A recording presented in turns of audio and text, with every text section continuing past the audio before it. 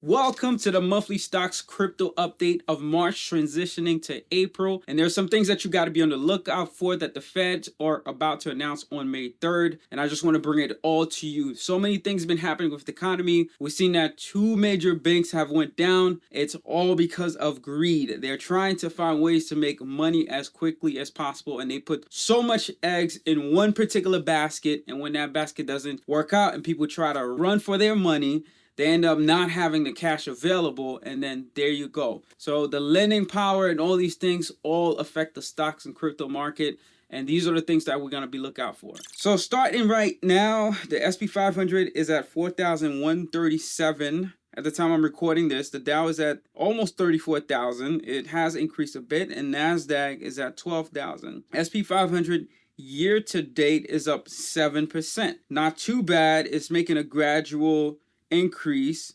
It's still not too bad. It's still positive from the beginning of the year. However, if we look at from the past 5 years, the peak was at like 4,700 and it's now 4,100. It's still lower than where it was at of its highest. And Dow right now is up 2%, which is not that bad, but at the same time not great compared to the bull run that we have seen when it was peaking back in 2020 going to 2021. And from the past 5 years, you can see this was the downtrend right here. This was when it bottomed out and it went back down again right here around September 2022 to 28,000.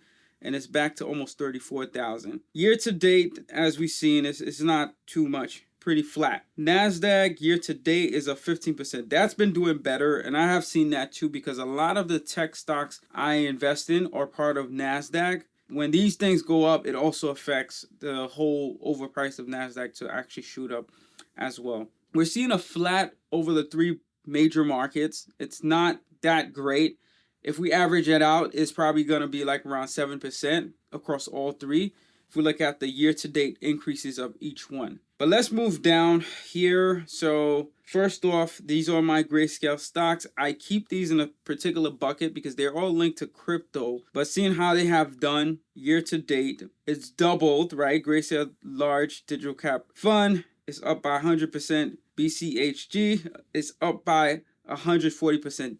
I went in on this around when it hit down to 37 cents. In one of my accounts, I put quite a bit in it around this time. So around December of 2022. And let me tell you, it helped my overall portfolio be back to where it was almost prior to the market just coming down quite a bit. So this one is one of the good ones to look out for. Grayscale Bitcoin Trust, it's up 110%. So all these are like at least double. This one I also have quite a bit. Litecoin Trust, I have quite a bit invested in there as well. All these pretty much quite doubled across the past from beginning of the year to now, which is amazing. We're seeing some great motion. So Grayscale Trust, again, they're a company that kind of mirrors the crypto market. That doesn't necessarily mean that as the rate that the crypto market increased, they increase at the same rate. Sometimes they over exceed, sometimes they're not moving as fast of a pace. But let's jump to the regular stocks right now. I'm just gonna pop in some of the ones that I've called out priorly. So Mullen Automotive, the reason I'm bringing this one out is because we know that BlackRock still has quite a bit of stakes in it. Let's see if they still do. Looking at the holders, so show all holders, Vanguard and BlackRock still have quite a bit in it, right? So we see they have 45 million shares and BlackRock has 26 million shares. Per share, 45 million at 10 cents, I believe. So that's about 4.5 million they have invested in it. In cash value, that's in it right now, Vanguard. I'm keeping my funds in here. If anything, I might buy a bit more. I'm not going super aggressive on this. I consider this to be a penny stock because it's under a penny. But because these major movers and shakers have put money into it, I'm going to stay invested in it for a bit. Market cap is at 212 million, so it's not bad at all. I always look at this as well and not just the price number, because you may have a penny stock, but because there is so much interest in this, $212 million is still quite a bit of money. I got my eyes open for that. Meta, how has Meta been doing? My whole metaverse, right? We are up 84% year to date. I bought into this around right here. So all my stocks in my accounts that are Meta, I've more than doubled at this point, which I'm super grateful for that I got in. It was right before they did that first massive layoff that they had announced. I still have a good outlook for it because metaverse is not going to be something that I think human beings are going to adapt tomorrow. I think you're not hearing so much about it, and I've actually been seeing some commercials where they're actually stepping into the augmented reality space. So I saw this doctor and they were visualizing how they're going to treat this patient. It was pretty cool. If that's the space that they're stepping into, I think they have a quicker adaptive rate from business to business transactions rather than business to consumer. But who knows? People shift. We sometimes, I will say, expect the unexpected beyond the outlook. I'm sure he's going to stay invested in it. He's just trying to right now figure out which narrative to go forth with that people are going to really gravitate onto. Planet Fitness, I actually have not called that one out, and I have not invested in this. I remember it did a nice run during COVID, but then when all of the gyms had shut down, it got impacted during COVID, and it started rebounding pretty nicely, right? It was peaking almost 90, and it went down to 33. I was tempted to buy, but I did not. And it went all the way up to 80 something, close to 90 again. Oh, actually past 90 in 2020 when it peaked 95, and now we're at 76. It's still way up from the lows that we had seen in 2020, but in all honesty, I don't see myself investing in them at all because I just don't find the interest. I always say invest in the things that you desire, that you truly believe in, right? Don't just jump into things just because you just want to jump into it. Ecolab, I know Microsoft have interest in this, so let's look at the financials. I believe they're a major holder in this right now. It's not showing them, but I know they invested quite a bit inside of them. And oh, look, Morgan Stanley has 5 million shares into them. I do consulting for Morgan Stanley, so sometimes I'm in the lookout in terms of what they actually invest into. But Vanguard and BlackRock, major shareholders in these companies, right? You got to kind of look at these people's assets. They don't buy the stocks that are super volatile sometimes. This is a slow rise one. It's been around for some time. Year to date, it's up 13%. 5 years. It peaked at 230 something, right? And now it's at 164, lower than its highs. And its lowest was it was around 135. So, but I didn't buy into it, but it's something that I could say I'm interested in. I might buy some shares, but just not right now at the moment. I think I'm waiting for that bad bloody day, if it's to come, when it comes, to really go in. I did do a large transfer right now to my retirement, the one that I manage underneath my company, because I can buy these individual stocks into my 401k. So when those growths happens, I'm not seeing that slow growth, but that aggressive growth. I'm doing it this way right now because I'm young. I'm sure when I get older, I have a lot much more, 8 figures to manage. I'm not going to be jumping heavy into some of these stocks. But for now, I have plenty of times on my head. If I am to fail now, I have plenty of times to get myself back up. HireCar, they completely went bankrupt, got delisted, but I believe their price right now is around 1 penny, 1.4 cents. So they're still down, and I do have quite a bit of shares. They got listed, I think, by something else. And let me see if I can find it. There we go. HireQ. This is the actual live price. It's been flat, right? Year to date, down 96%. This is not something I can say just dump everything you have in it. It's really a risky gamble at this point. We don't know what's going to happen with those people that are going to try to bail them out, because I like their business model. The whole car sharing thing, because of Uber and Lyft, I believe that they supply a service, because I almost rented my car to a person on there before. So I do believe in what they're doing. It's just they got to figure out their business model that's going to work. And I think they went through a lot of liquidity issues, credit issues. That's what caused them to collapse and actually get to the state that they are right now. But keeping the faith alive, staying strong. I'm not putting a whole lot in there. I'm just buying a couple $100 worth, and that's it. It's gone. It's gone. I have other things to rebalance the portfolio. You got to diversify.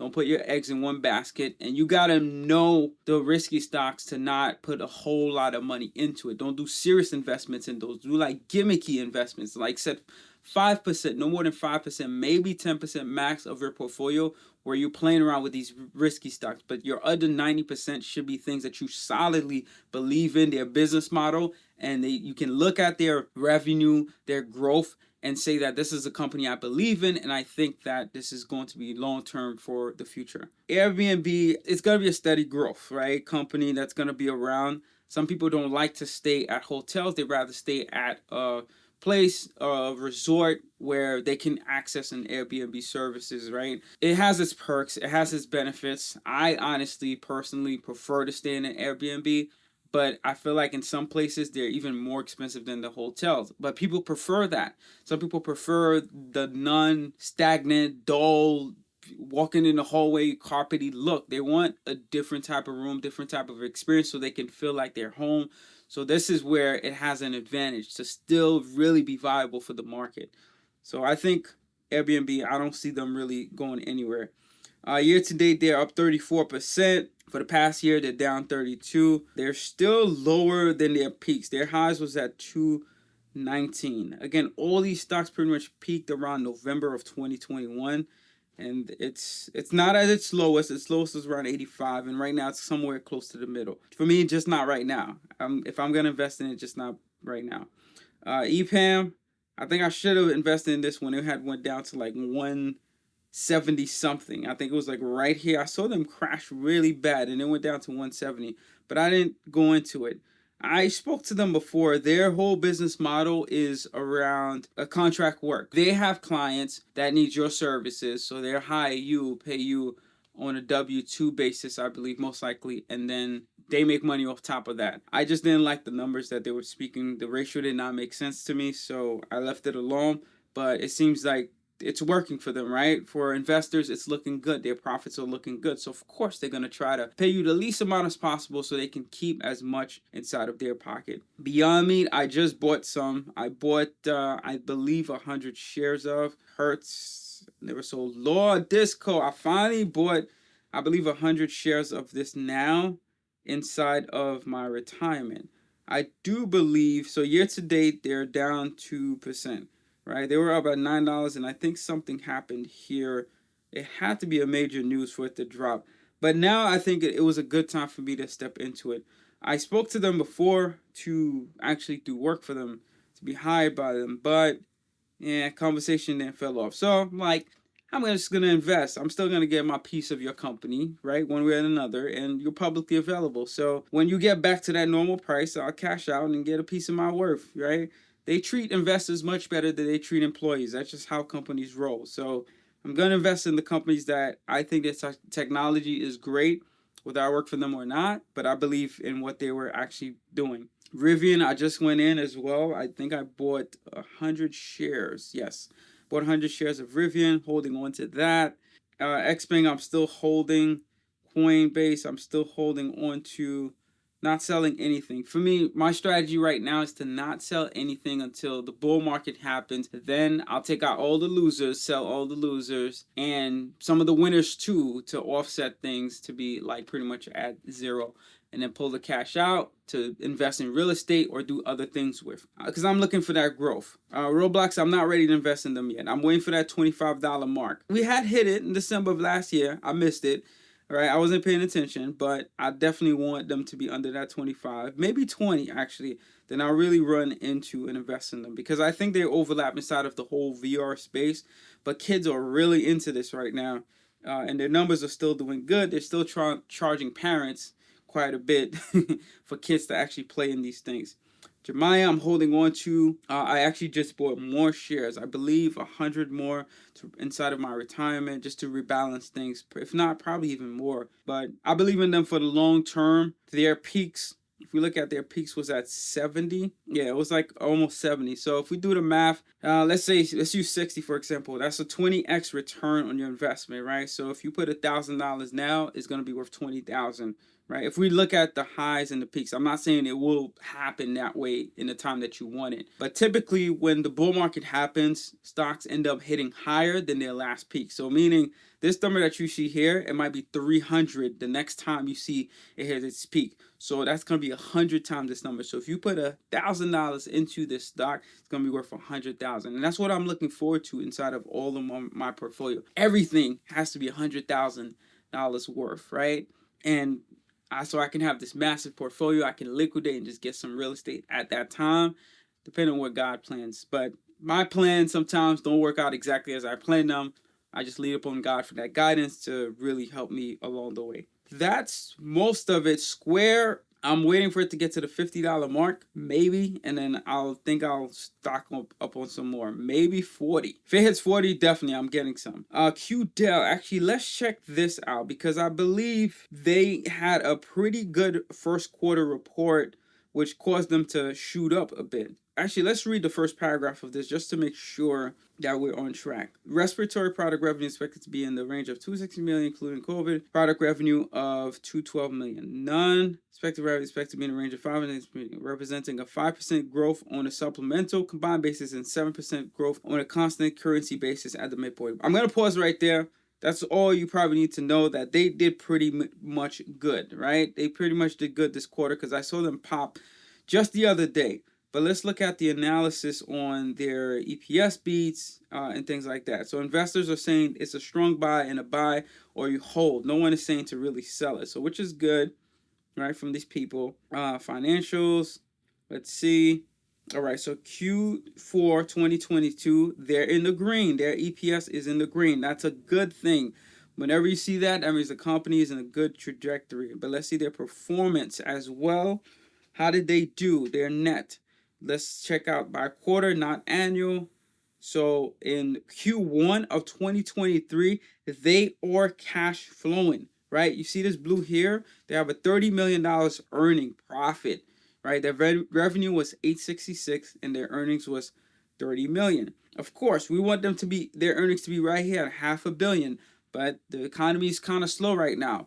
But I do believe in this company quite a bit and everything that they're doing. They're in a whole medical therapeutic space, and I invested in them. I believe it was originally around 100, but they dropped down, and I bought some more where I'm averaging out to about $100 a share right now. I think for a long run, they're gonna come through. GoTo, and Tal, they're both in the educational space. I don't know how things are going to evolve from them. I'm just holding on until I can figure out their next move as well as their play, because they're under a lot of limitations by the Chinese economy. As you know, their business model was based around after school program and education. And because the government started limiting them in that sense and said you can no longer profit off this, turn yourself to a nonprofit, a lot of investors pulled out money. They went from like $100 down to where the price we're seeing that right now. When they peaked down to like around right here, I went in. I went in to average down as much as possible,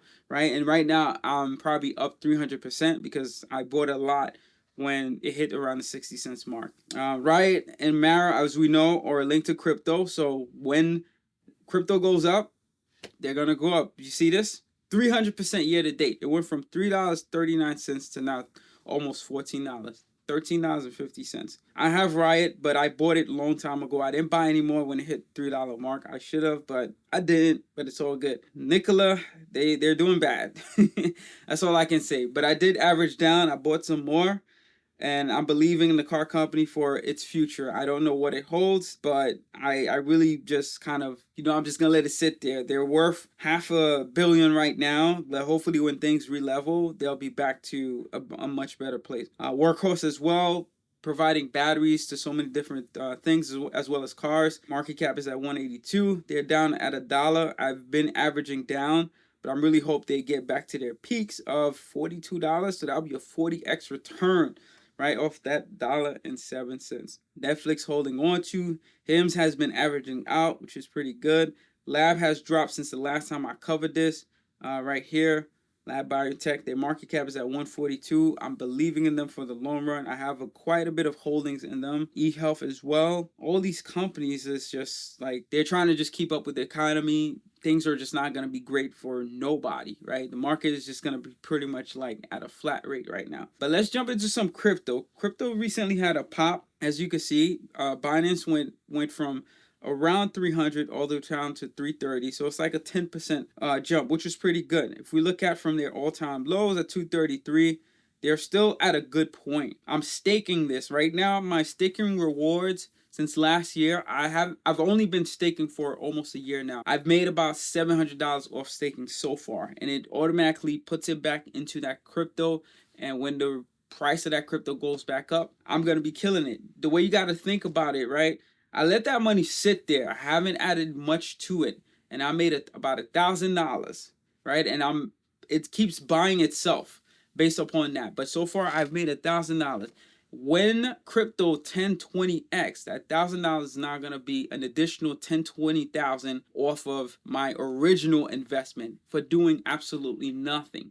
This is the power of, it's called dividends, but it's really just that passive income on top of this passive income that I'm already making. I'm not touching the crypto. I don't expect to touch it for another maybe 2 years, because I think the next peak might be in 2 years, maybe 3. So I'm leaving it alone and just keeping everything staked. So Binance, right? Terra, I was able to snatch a couple $100 worth once that crash happened. Same for USTC. I don't have a whole lot because it's pure gambles. Shiba Inu probably got a couple thousands worth in there. Near, it's another one I'm staking, and I think I got a couple thousand in there. BSV, with that whole thing that happened with Robinhood making people liquidate, I think it might have affected things a bit, right? We could see, I believe it was, actually, let me look at the past 6 months. I believe it was right here, that they forced people to liquidate at the end of March. But it didn't seem like it affected it that much, because it's at $37, right? From the normal price of around 43, which I believe is following all the other cryptos. But let's look at near in the past 6 months. I mean, yeah, it's been going up.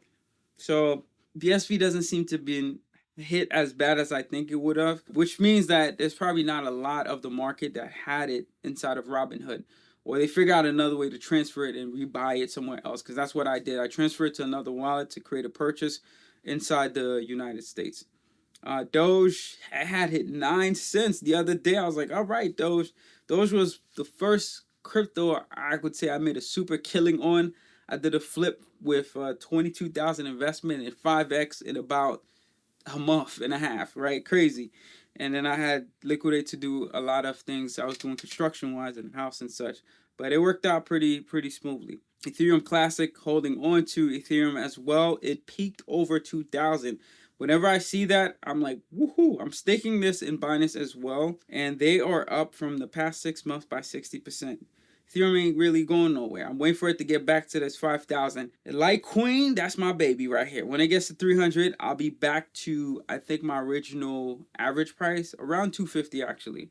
But that's where I have a lot of the gains I made from crypto. I put it there because I thought this one was more stable, and it has been. It's not as aggressive in drops as the other one. I mean, it's like Ethereum, but I didn't want to buy Ethereum because I thought this one, because it had a lower market cap, it had much more potential, right? We see it has about 7 billion market cap versus Ethereum has a $250 billion market cap, right?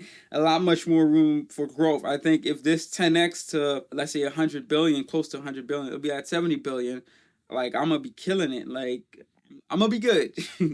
Pretty good. Bitcoin finally touched over the $30,000 mark, which I'm pretty stoked about. I don't have any, right? For me, it's more buying to the other coins, and then I think I'll buy one Bitcoin, either if it hits 10,000 or 2. Once I have a lot of the other cryptos that's really shooting up, then I'll do that. So what to look out for on May 3rd, the government is supposed to be announcing what they're going to be doing with interest rates, whether they're going to be pausing it or hiking it. Every time they hike it, as we see stock market go down, crypto go down, right? It has this bad effect. The reason is people aren't able to borrow more, therefore they're probably going to be utilizing, which doesn't make sense to me. I don't know why people think like that, but they're going to be utilizing a lot of their cash to do things. Therefore, they're going to be liquidating their crypto as well as stock assets so that they can continue to function and operate. My strategy is not that at all. My strategy is to keep my cash inside of the market and actually borrow during these times, to not spend my own cash and investments, because a lot of these holdings I have, they're been in the market for over a year, meaning I'm going to get taxed the long-term capital gains, right? Instead of paying that market rate, when I'm selling these investments, I'm paying that super low 15% capital gains tax on these things, which super helps me out. So I don't understand why people's mentalities are like that, a lot of these investors, but that's just how they think. I mean, I think when interest rates go up, it's time you keep money inside of the market, keep as much as you can, and try to not use up that cash. Instead, this is where you actually borrow for the things that you actually need. But it doesn't seem like that's what they're doing, because the way you got to think about it is, because stocks are going down, you getting everything at a discount, crypto as well. When the bull markets happen, interest rates are going lower. Now bull market is happening, stock prices are going up, and everything's going down. Because you held your cash in there, your cash is going to be worth a lot much more. And then that borrowing that you was doing, because you didn't have to touch your cash, one, you get the tax deduction if it was used for investment purposes like a home or your business. So you get the tax deduction off the interest rates, right? That's one. And two, you never touch your cash. So therefore, you were utilizing that in order for you to operate and function. So it's kind of like you had double the money power, the spending power, because you did not touch your cash. You were leveraging it instead of utilizing it, right? So if you had $500,000 invested, instead of taking all that cash out to continue expand your business, you keep that invested. So when the market comes back up, the $500,000 worth of $1 million plus the cash that you borrowed, not only you had the money, the capital now to pay it back off, right? Because you borrowed $500,000, for example, but your cash flow from your other businesses has been helping you pay it off and such. So when things get back to normal, you have that extra $500,000 of profit that you can sit on top of. So you paid that $500,000 debt that you had, and you had a $500,000 profit because the market went up by twice, by double, right? And this is me just making up understanding so that way you can grasp it. Because if you don't do that, instead you took all that $500,000 and use it to operate your business, then you missed out on the market, and that's what you don't want. So that's my strategy. If you have other ways that you're thinking about this, please feel free to share it down in the comments below. I'd love to learn more. Let's continue to engage in a dialogue. So peace, and I shall see you next time. Like, share, subscribe. Hustle, hustle, hustle, hustle, step.